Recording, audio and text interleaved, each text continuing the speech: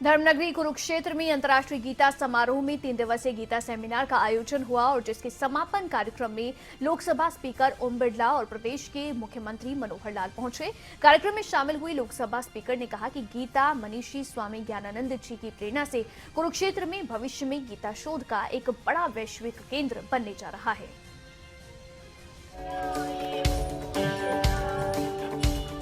धर्मनगरी कुरुक्षेत्र में अंतर्राष्ट्रीय गीता समारोह कार्यक्रमों की कड़ी में चल रहे 3 दिवसीय गीता सेमिनार का समापन हुआ, जिसमें लोकसभा स्पीकर ओम बिरला, हरियाणा के मुख्यमंत्री मनोहर लाल, हरियाणा विधानसभा स्पीकर ज्ञानचंद गुप्ता और गीता मनीषी स्वामी ज्ञानानंद ने शिरकत की।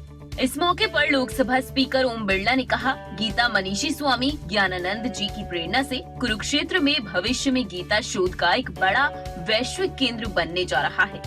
लोकसभा स्पीकर ने गीता मनीषी ज्ञानानंद जी महाराज के योगदान का जिक्र करते हुए कहा, उन्होंने अपने संपूर्ण जीवन को गीता के लिए समर्पित किया है और जियो गीता के माध्यम से समाज को नई चेतना और प्रेरणा दी है। वहीं लोकसभा स्पीकर ने इस दौरान कहा, हर धर्म जीवन जीने की राह दिखाता है, सिर्फ मन में संकल्प और समर्पण होना चाहिए। हर धर्म जीवन जीने की राह दिखाता है, इसीलिए भगवत गीता का ज्ञान आज सभी धर्म में, सभी वर्ग में, सभी क्षेत्रों के अंदर लोगों को जीने की राह दिखाता है। केवल मन में संकल्प होना चाहिए, समर्पण होना चाहिए, क्योंकि समर्पण और संकल्प ये जो चीज जीवन में होगी तो कभी भी कर्म करते समय आपको अगर फल न मिलेगा तो आप कभी अवसाद में ना आएंगे। इस मौके पर प्रदेश के मुख्यमंत्री मनोहर लाल ने अपने संबोधन में कहा, गीता कोई ऐसा ग्रंथ नहीं जो किसी धर्म विशेष पर लागू हो, बल्कि गीता का एक विश्वव्यापी सार है। गीता एक कोई ऐसा ग्रंथ नहीं है किसी एक वर्ग विशेष के लिए हो, किसी धर्म विशेष के लिए, मजहब विशेष के लिए हो, या किसी स्थान विशेष पर ही लागू होता हो। जब इसके बारे में विचार करते हैं तो एक विश्वव्यापी सार है। यानी आज के युग में जितनी ऊहापोह चल रही है, जितने सामाजिक तरह तरह के विवाद, बुराइयां, ईर्ष्या, द्वेष, आपस में युद्ध, ये सब देखने को चल रहे हैं, तो विश्व का कोई भी समझदार व्यक्ति वो चाहेगा कि शांति चाहिए, हमको एक सुखी जीवन जीने के लिए एक भविष्य अच्छा उज्जवल चाहिए। इसके लिए बहुत से ग्रंथों में बहुत सी चीजें लिखी हैं, केवल गीता में लिखी ऐसा नहीं है। लेकिन जब गीता के सार का अध्ययन करते हैं तो लगता है कि सर्वव्यापी, सार्वभौमिक, सार्वकालिक ये मनुष्यों को जीवन का सार, इसके मुकाबले का और कोई ग्रंथ नहीं है।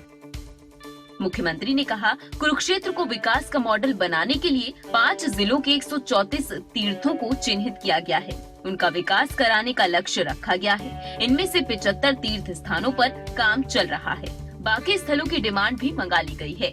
इन 134 तीर्थ स्थलों में आज 30 तीर्थ स्थल और जोड़े जा रहे हैं। साथ ही हर प्रकार की सुविधा हो, इस पर भी काम किया जा रहा है। आज 75 ऐसे स्थान है, उनमें से 134 में से जिन पर काम चल रहे हैं। 75 ऐसे प्लेसेस हैं और बाकी भी सब स्थानों की डिमांड और मांग ये मंगवा ली गई है। हमारे कुरुक्षेत्र डेवलपमेंट के बोर्ड के जो लोग हैं, ये स्थान पर गांव-गांव की समितियां बनाई गई हैं कि आप किस प्रकार का इसका विकास करना चाहते हैं। सरोवर है, उस सरोवर की पानी की शुद्धता कैसे हो सकती है, वहां पर स्नान के लिए घाट कैसे बनाए जा सकते हैं, लोगों के वहां बैठने के लिए कोई शेड बनाए जा सकते हैं, शौचालयों की व्यवस्था वो की जा सकती है। हर प्रकार की व्यवस्था के लिए और ये काम कर रहे हैं। मुख्यमंत्री ने कहा, मॉरिशस, यूके में गीता जयंती के कार्यक्रम हुए। 200 करोड़ की लागत का ज्योतिसर में महाभारत की थीम पर म्यूजियम बनाया जा रहा है। अगले साल से कृष्ण उत्सव भी यहाँ मनाया जाएगा। आपको बता दें, हर साल कुरुक्षेत्र में गीता जयंती उत्सव के मौके पर एक अलग तरह का माहौल देखने को मिलता है। इस गीतामय माहौल में लोगों का जोश देखते ही बनता है। राजीव अरोड़ा, कुरुक्षेत्र, खबरें अभी तक।